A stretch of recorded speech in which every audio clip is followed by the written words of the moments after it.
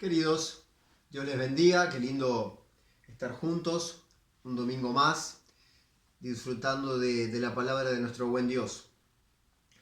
El domingo pasado comenzamos esta serie de estudios de los mensajes que nuestro Señor Jesucristo en Apocalipsis capítulo 2 y 3 le dejó a 7 iglesias, a 7 congregaciones.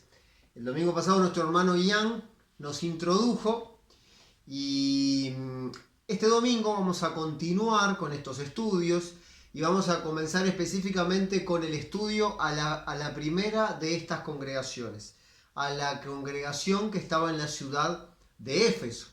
Así que, queridos, les invito a que juntos comencemos este estudio leyendo en la palabra de Dios, allí en Apocalipsis, ustedes lo encuentran, Apocalipsis capítulo 2, de los versículos 1 en adelante. Yo lo voy a leer en Reina Valera 1960. Los invito a que ustedes, si quieren, puedan hacer una pausa en este video y puedan leerlo en la versión que ustedes estén acostumbrados a estudiar la palabra.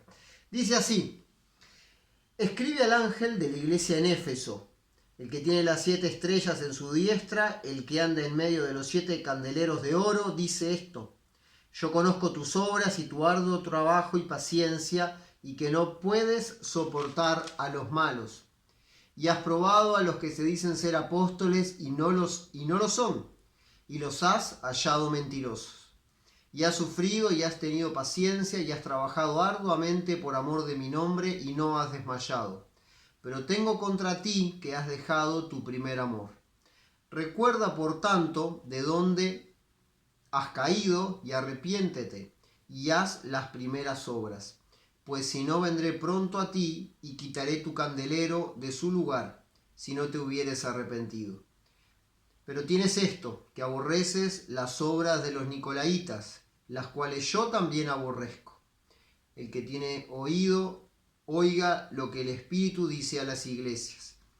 Al que venciere le daré a comer del árbol de la vida, el cual está en medio del paraíso de Dios. Queridos, primera de las 7 cartas que el Señor Jesucristo envía a estas iglesias de esta región del Asia Menor. Encontramos muchas cosas para decir.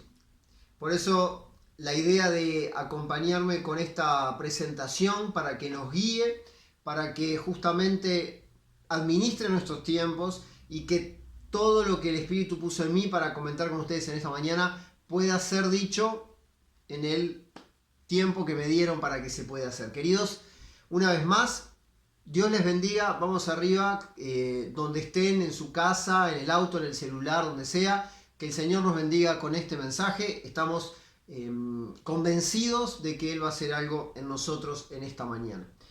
Entonces, ¿cuál sería la estructura de lo que quiero compartir con ustedes en esta mañana? Bueno, primero una pequeña introducción, luego el mensaje en sí, el cuerpo principal del mensaje, y por último algunas conclusiones que me parecen fundamentales sacar de esta carta de la iglesia en Éfeso. ¿Qué significa la palabra Éfeso? Bueno, la palabra Éfeso significa deseable, como ustedes ven allí en sus pantallas.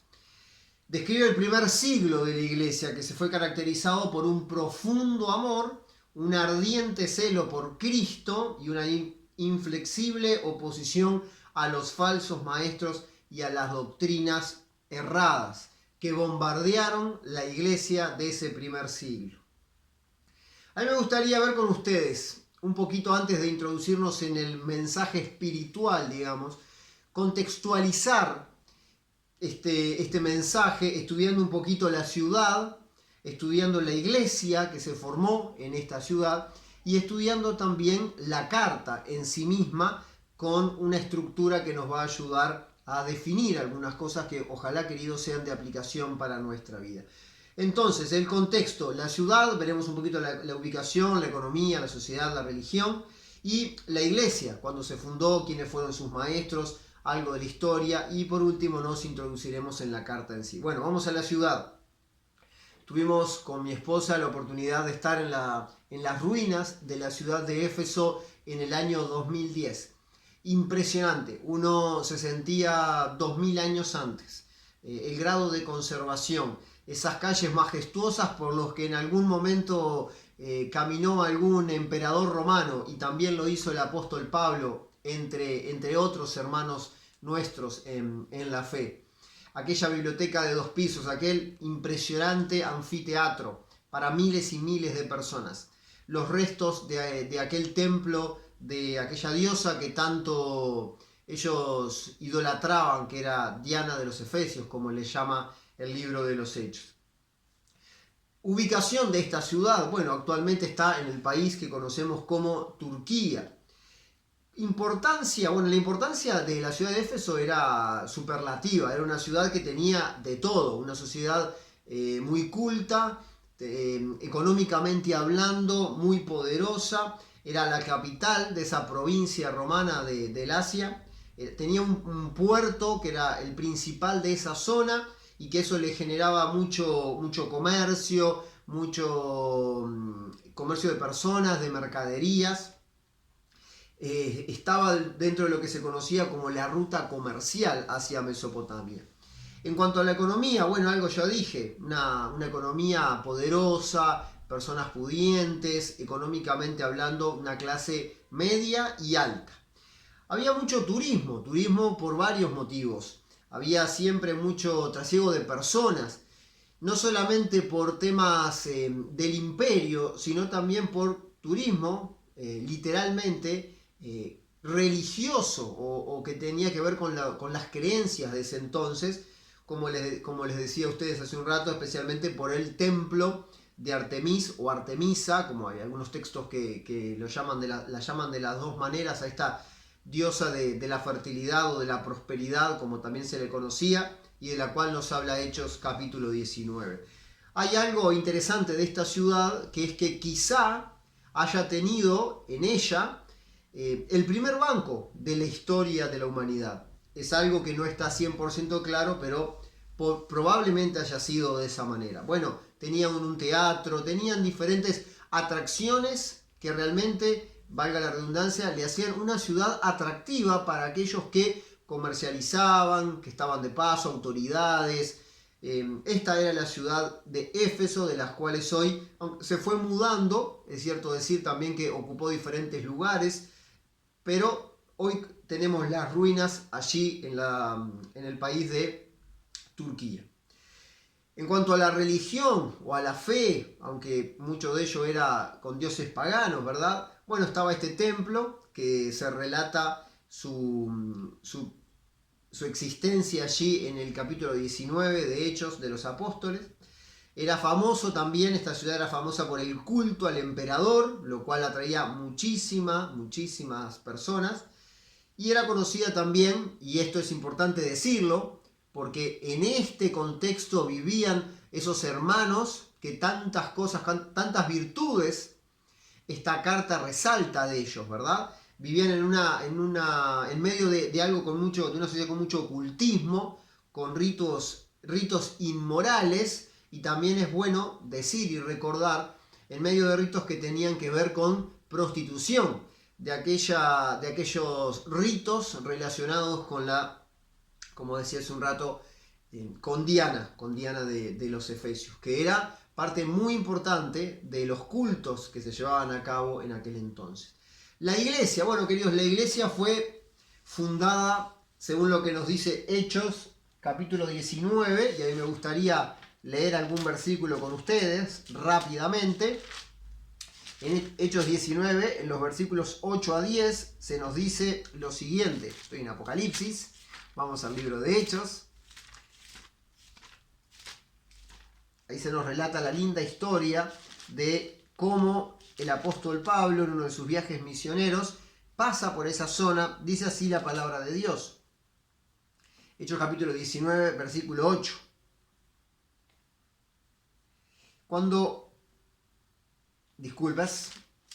disculpas, estoy ahora sí. ¿Cómo costó encontrar este versículo? Bueno, es que estoy con la mano izquierda, lo que pasa.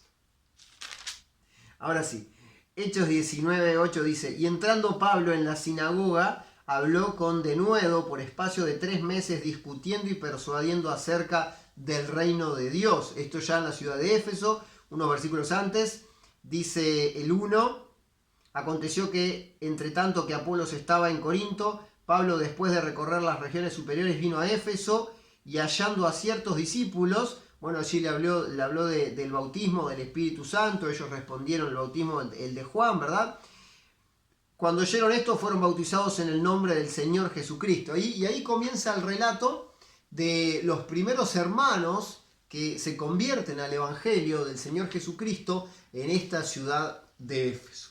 Entonces tenemos la fundación, tenemos un avivamiento espiritual, allí el capítulo 19, pero unos versículos después, a partir del 17 nos cuenta, dice así la palabra de Dios: y esto fue notorio a todos los que habitaban en Éfeso, así judíos como griegos tuvieron temor todos ellos, y era magnificado el nombre del Señor Jesús, y muchos de los que habían creído venían confesando y dando cuentas de sus hechos. Muchos realmente conocieron al Señor Jesucristo en esta pujante iglesia que se encontraba en la ciudad de Éfeso. Algunos de los maestros, de los pastores que estuvo esta congregación, Pablo, Juan, ¿verdad?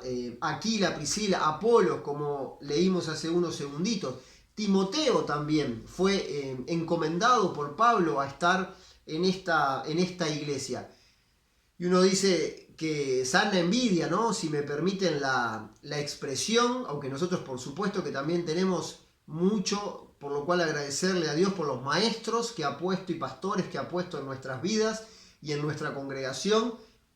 Impresionante la calidad de maestros y de personas realmente entregadas a Dios y a su obra que tuvieron estos hermanos allí en Éfeso.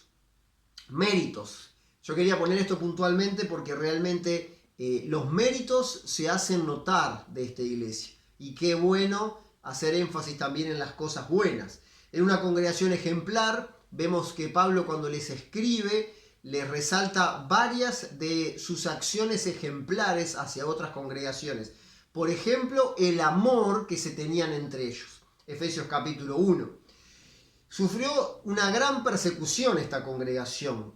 El entorno pagano, como ya lo dijimos. Y también, algo muy importante, es que cuando se escribe esta carta, en el Apocalipsis, algo que queda claro, queridos, es que ellos estaban en un gran peligro. Estaban en una situación peligrosa, como también lo estaba la iglesia en la ciudad de la Odisea. Avanzamos. En relación a la carta.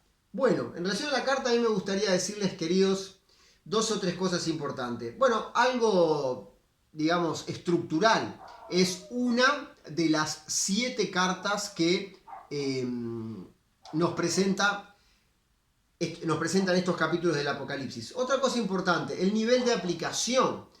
Bueno, tenemos quizá 3 niveles, puede haber algún otro, pero la iglesia en sí misma, todo lo que se nos dice de esa misma congregación, que es la congregación destino de esta carta, por supuesto que todo lo que se dice en estos versículos de Apocalipsis capítulo 2, le aplica, porque es una carta que fue escrita directamente para los hermanos que se congregaban en esta ciudad. Por supuesto, este nivel de aplicación es el básico, ¿verdad? Después tenemos cualquier congregación en cualquier época. Claramente, cualquier congregación en cualquier época pudo haber vivido situaciones como la que vivió la iglesia en Éfeso.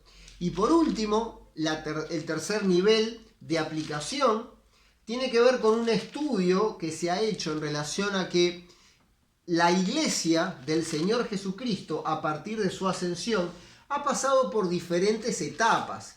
Y esta sería la primera, justamente a lo que se le conoce como la etapa efesia de la iglesia. Allí desde el año 70 hasta el 160 después del nacimiento de nuestro Señor y Salvador Jesucristo.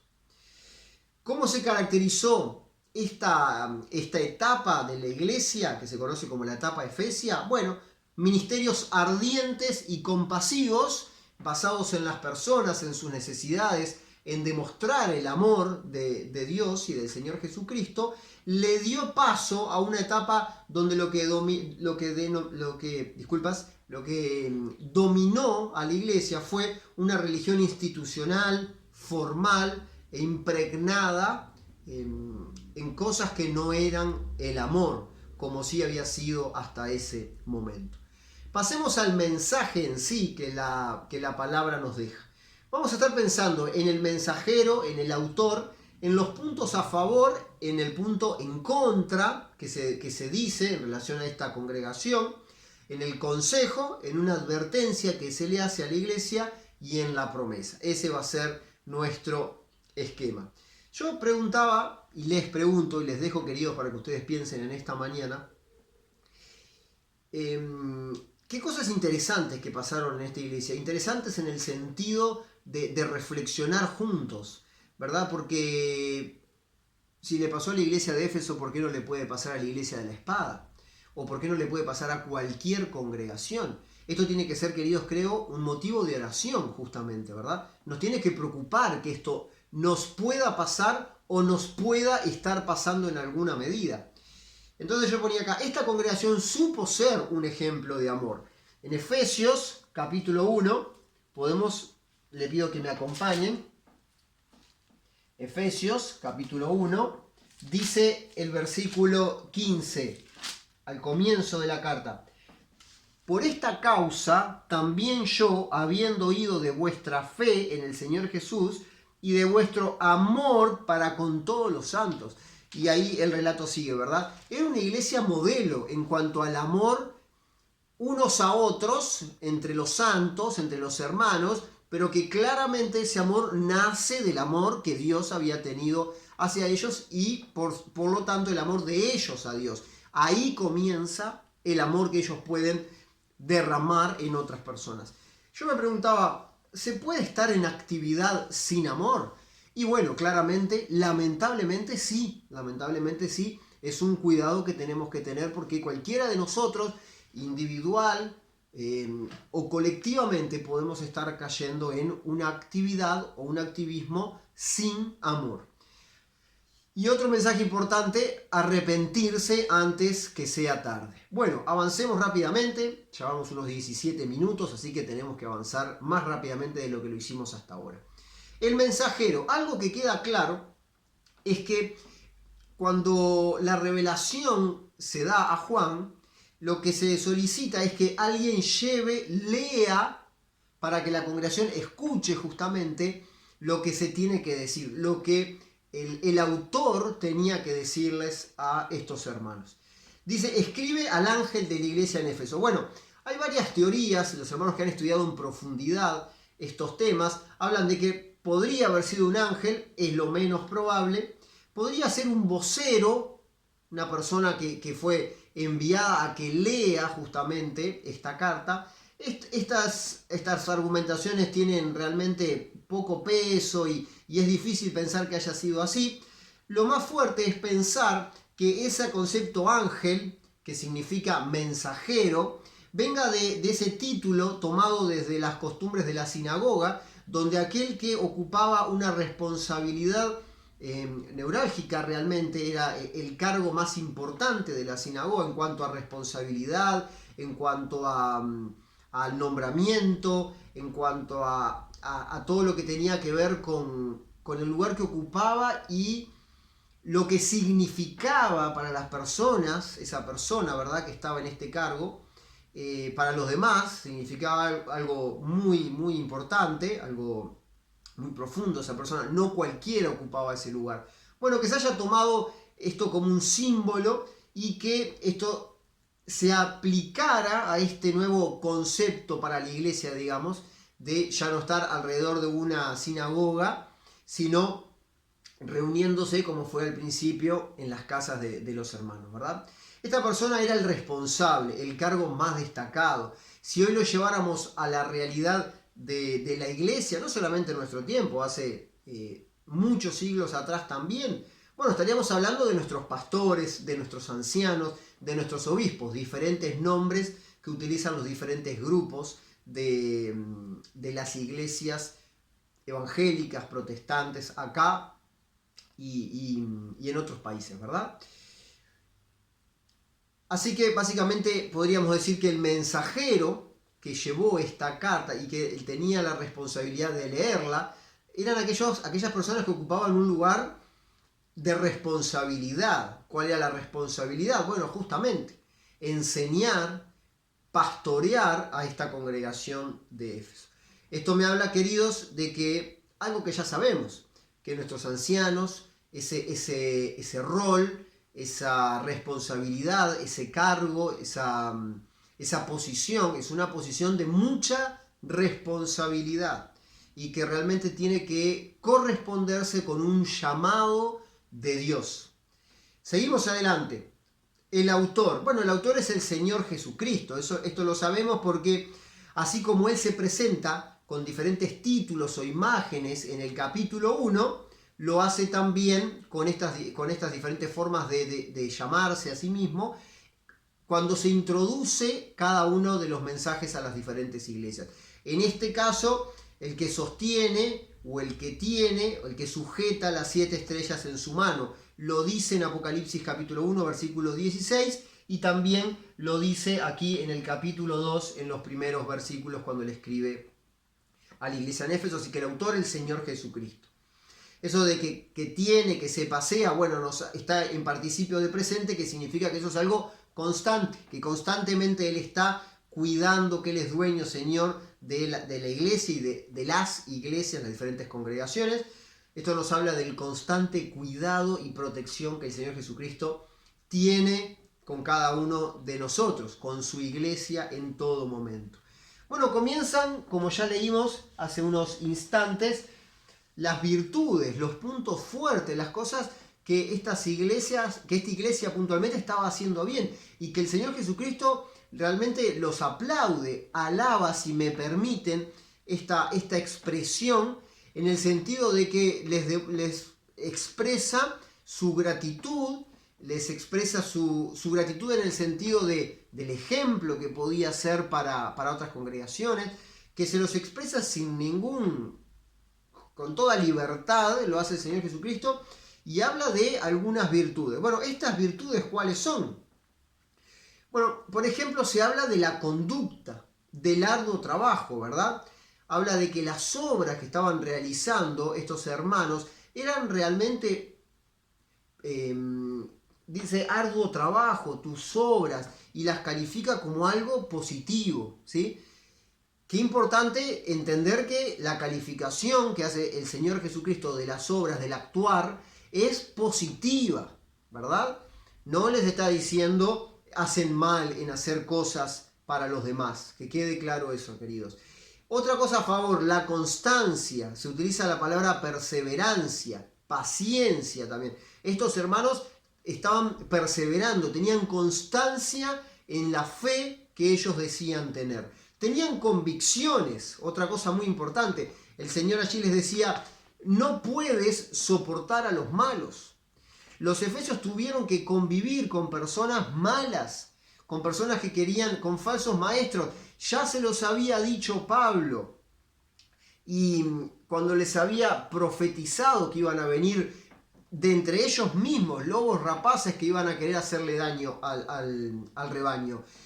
Acá el Señor Jesucristo les está diciendo, ustedes tienen convicciones, no soportan lo malo. Esta es una convicción que parte de Dios, que es amor, es cierto, pero que también la palabra de Dios dice en varias ocasiones que Él aborrece la maldad, el pecado, ¿verdad? Ellos también tenían carácter. El Señor Jesucristo les dijo, has sufrido sin desmayar. Ellos habían soportado todo el ocultismo, la persecución, todo ellos lo habían sostenido su fe con obras que realmente el Señor Jesucristo estaba admitiendo que eran buenas y los estaba realmente poniendo como un punto a favor a esa iglesia por todo esto. Así que tenían conducta, constancia, convicciones, carácter, conocimiento. Dice, aborreces las obras de los nicolaítas. Los nicolaítas eran personas gnósticos que ellos creían en la dualidad, la separación absoluta entre el cuerpo y el alma. Entonces ellos decían, por ejemplo, yo puedo ir y con una prostituta del templo de Diana, estar haciendo algo con mi cuerpo, pero en realidad mi alma con Dios no tiene nada que ver y puedo hacer las dos cosas a la vez. Y los efesios le dijeron, no, eso está mal. La iglesia en Éfeso fue una iglesia que tuvo realmente conocimiento de las enseñanzas de la palabra de Dios. Por supuesto no la tenían como nosotros tenemos la revelación completa, pero lo que conocían de Dios tenían realmente un conocimiento correcto. Doctrinalmente, podríamos decir, eran una iglesia fuerte, ¿sí?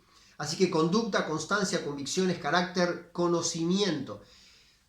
Pero tenían algo en contra, queridos. Y esto que el Señor Jesucristo les dice no es algo menor.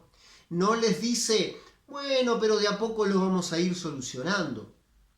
El problema de ellos no estaba en el carácter, no estaba en el conocimiento, podemos decir, no estaba en la cabeza, no estaba en la conducta, estaba en su corazón. La versión Reina Valera 1960 utiliza la palabra has dejado tu primer amor. La NTV, la nueva traducción viviente, dice no me amas a mí ni se aman entre ustedes como al principio. Y esta traducción es interesante, no me aman a mí, que es lo que estamos acostumbrados a pensar, dejaron su primer amor, el amor a Dios, pero qué importante también esta otra faceta, es imposible dejar de amar a Dios y poder seguir demostrando con mis obras amor hacia los demás. Y por último dice, esta versión que yo les quiero dejar ahora, la TLA, sin embargo hay algo que no me gusta de ti, y es que ya no me amas tanto como me amabas, cuando te hiciste cristiano.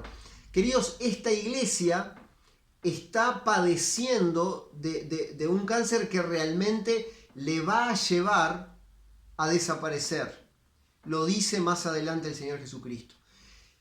Está todo bien con el conocimiento, con el carácter, con todas las virtudes que vimos recién, las repaso, con la constancia, con las convicciones. Está todo bien con eso. Pero sin amor es imposible avanzar en las cosas de Dios. Es imposible tener un testimonio que realmente hable del Señor Jesucristo, del amor de Dios, sin amor. Pueden faltarnos muchas cosas. Queridos, nos pueden faltar talentos, nos pueden faltar recursos, nos pueden faltar mil cosas, pero no puede faltar amor en nuestras relaciones, en nuestras palabras, en nuestras conductas. Yo ponía un ejemplo de un versículo que se me venía a la mente, que está allí en Jeremías capítulo 2, versículo 2. Yo pensaba, ¿fue la primera vez que a una iglesia o a una congregación o a hermanos en la fe le sucedió esto? ¿Fue la primera y fue la última? No, queridos, no fue ni la primera ni la última vez. Miren lo que dice el profeta Jeremías, versículo 2 del capítulo 2.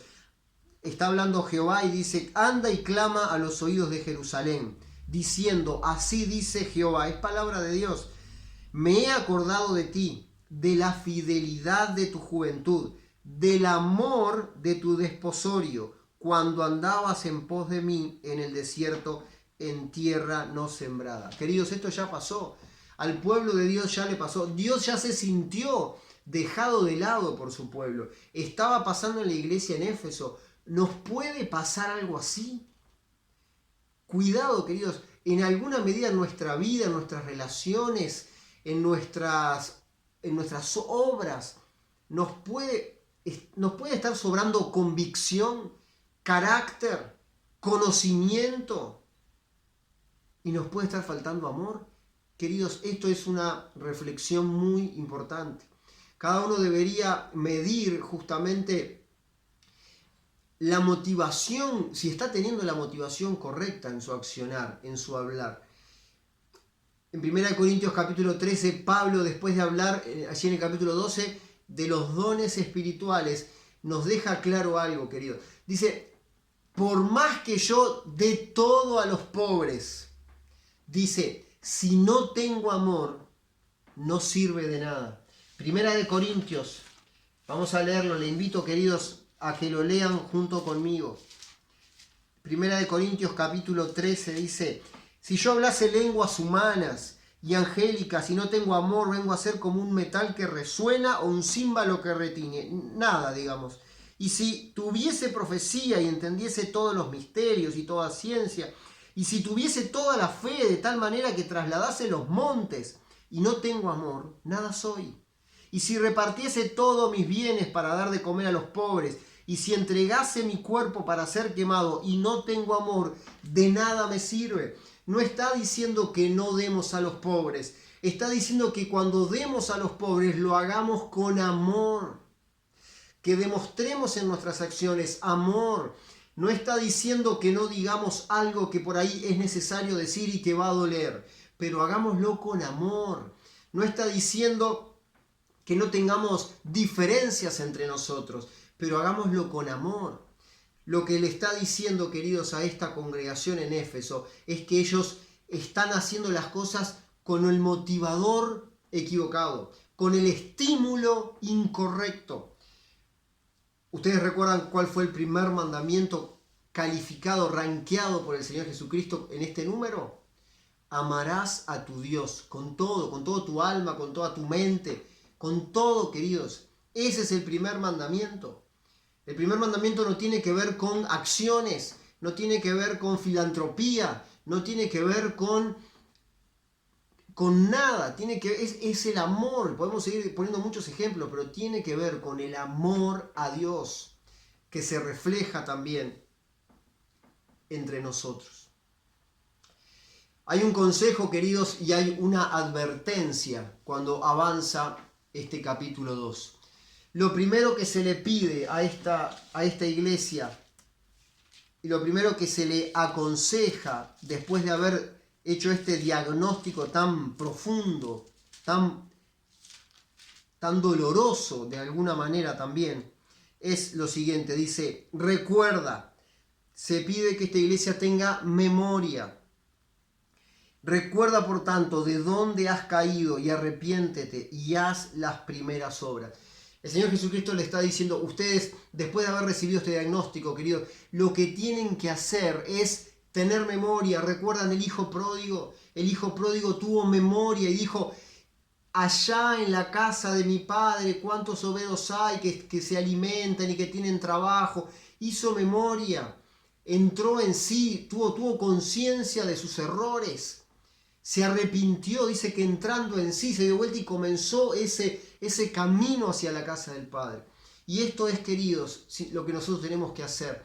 Si en algún área de nuestra vida nos estamos dando cuenta que sobra conocimiento, que sobran convicciones, que sobra carácter, pero que falta amor, darnos cuenta antes de que sea tarde. Memoria, como tuvo el hijo pródigo, el hijo de ese papá amoroso. Arrepentimiento, nuevas obras. Ir una vez más al estímulo correcto y que ese cambio sea visible. Buscar realmente profundamente en nosotros qué es lo que me motiva a hacer obras para Dios, qué es lo que me lleva a congregarme, qué es lo que me lleva a estar en un ministerio. Tiene que ser el amor por Dios y por los demás. Una iglesia sin amor, queridos, no tiene futuro. Está condenada a desaparecer. Esos hermanos podrán ir a otras ciudades, a otros barrios, a otras congregaciones, a otras denominaciones, pero lo que dijo la advertencia del Señor Jesucristo fue, vendré pronto a ti. Y vamos a leerlo de la palabra de Dios. Vendré pronto a ti si no hacen eso, y quitaré tu candelero de su lugar si no te hubieres arrepentido. Queridos, arrepentimiento es lo que necesitamos. Si descubrimos que hay algo en nuestra vida que no surge a partir de ese amor que Dios puso en cada uno de nosotros. Y hay una promesa que hasta uno diría, pero ¿es necesario? Si me estás diagnosticando que estoy mal, me das la solución, me das una nueva oportunidad. Bueno, pero así es Dios. y Él promete cosas muy lindas que por amor al tiempo ahora les invito a que ustedes lo lean, pero algunas conclusiones en relación a esta promesa. Es posible la victoria, es posible primero que nada porque el que la promete es el gran vencedor, nuestro Señor Jesucristo. Explicación de por qué Dios es así. Él es así, no hay una explicación. Da un diagnóstico, algo que ellos estaban en forma equivocada llevando adelante, y sin embargo da una promesa que anima, porque queridos, Dios nos conoce y Dios sabe que nosotros necesitamos de ánimo, que necesitamos de motivadores, que somos personas, seres creados, que necesitamos estímulos para hacer las cosas, y Dios nos promete cosas porque realmente esas cosas son importantes. ¿Por qué? Porque Dios nos hizo así. Qué importante que entendamos esto, queridos. Hay hermanos que todavía uno piensa, pero creen que son robots, creen que funcionan porque sí, no, que, mis queridos, esto no es así. Dios nos creó con emociones, con sentimientos, que por supuesto que las tenemos que llevar al Señor Jesucristo, pero somos así. Y Él sabe que este tipo de promesas nos animan, que nos llevan a dar pasos de fe, a arrepentirnos de cosas. ¿Por qué? Porque Dios nos prometió cosas mejores. Dios nos conoce, por eso nos deja promesas. Y por último, a nivel de conclusiones, queridos, virtudes y amor. En cuanto a las virtudes, qué lindo, y gracias a Dios, les invito a que tengan un momento para que le puedan dar gracias a Dios por todas las virtudes que Él ha puesto en tu vida, en tu familia, en nuestra congregación. Memoria, obras, constancia, paciencia, santidad, convicciones, ¿verdad? Discernimiento entre lo bueno y lo malo, lo que está bien, lo que le agrada a Dios y lo que no. Doctrina, qué bueno, estas convicciones que nos llevan por el camino de Dios en nuestra vida. Pero cuidado, queridos, cuidado, porque nada de esto sirve si no está envuelto, empapado, dirigido por el amor de Dios en todo momento. La carta a los Efesios, o a Éfeso, nos impone un profundo análisis personal, queridos, y congregacional, en relación a los estímulos, a los motivadores que nos mueven a hacer, pensar, decir, todo, queridos, todo tiene que ser hecho debajo de ese amor, dirigido por el amor, motivado por el amor. Todo lo que hacemos, todo lo que pensamos, todo lo que decimos. Y la pregunta que les dejo ¿es por amor? ¿Es amor realmente lo que estamos demostrando? Si el Señor Jesucristo nos examinara hoy a nosotros, olvidémonos, queridos, de los Efesios. Pensemos en la iglesia, en nuestra congregación, en la espada. ¿Es amor lo que nos lleva a hacer todo lo que hacemos? ¿A decirnos las cosas que nos decimos? Yo creo que sí, que en general sí, pero pueden haber excepciones, queridos. Esas excepciones no las voy a decir yo, ni nadie de nosotros. Esas excepciones, queridos, cada uno lo tiene que pensar. Cada uno tiene que reflexionar, que llorar delante de Dios, que reconocer errores que por ahí estamos teniendo. Necesitamos volvernos 100% al amor. Quizá estamos en el 98. Bueno, hay que pelear por ese 2. Si estamos en el 60, hay que pelear por ese 40. Es posible, queridos. Es una decisión personal de cada uno de nosotros. Familiar, congregacional. No es responsabilidad de nuestros ancianos, de nuestros líderes, de nuestros pastores. Ellos tienen una responsabilidad muy pesada sobre sus hombros, sí, claramente, pero cada uno de nosotros, la sumatoria de nuestras acciones, las tuyas, querido, las mías, es lo que van a hacer que el Señor Jesucristo hoy pueda decir que la iglesia La Espada, esos queridos, esos hermanos que se juntan allí en el barrio de La Espada, tienen como fundamento el amor de Dios, para congregarse, para predicar el Evangelio, para dar, para trabajar en la vida de otras personas, para aconsejar, para amonestar, para exhortar, para todos, queridos. El amor tiene que ser ese motivador que nos desafíe realmente a hacer las obras para Dios de una manera justamente a la manera de Dios. Que no sea activismo, que no sean obras frías, que no sea actuar porque sí, porque siempre se hizo, porque alguien lo tiene que hacer. No, lo hago ¿por qué? Porque por amor a Dios, por ese amor, recordando de dónde Él me sacó, de las cosas que me privó, que por el camino que me llevó, por las promesas que tiene para mí. Queridos, ahí está el desafío. Amar con cada acción, amar con cada frase, amar con cada diferencia. Basarnos en el amor de Dios. Queridos, Dios les bendiga. Que estas palabras, que este texto, que estos versículos, que estas ideas realmente nos sirvan para seguir creciendo, para alentarnos unos a otros a las buenas obras, como dice la palabra de Dios. Desafiarnos unos a otros a buenas obras. Eso es, queridos, el reto, el desafío que Dios nos dejó a todos en esta mañana. Dios les bendiga. Buen domingo para todos.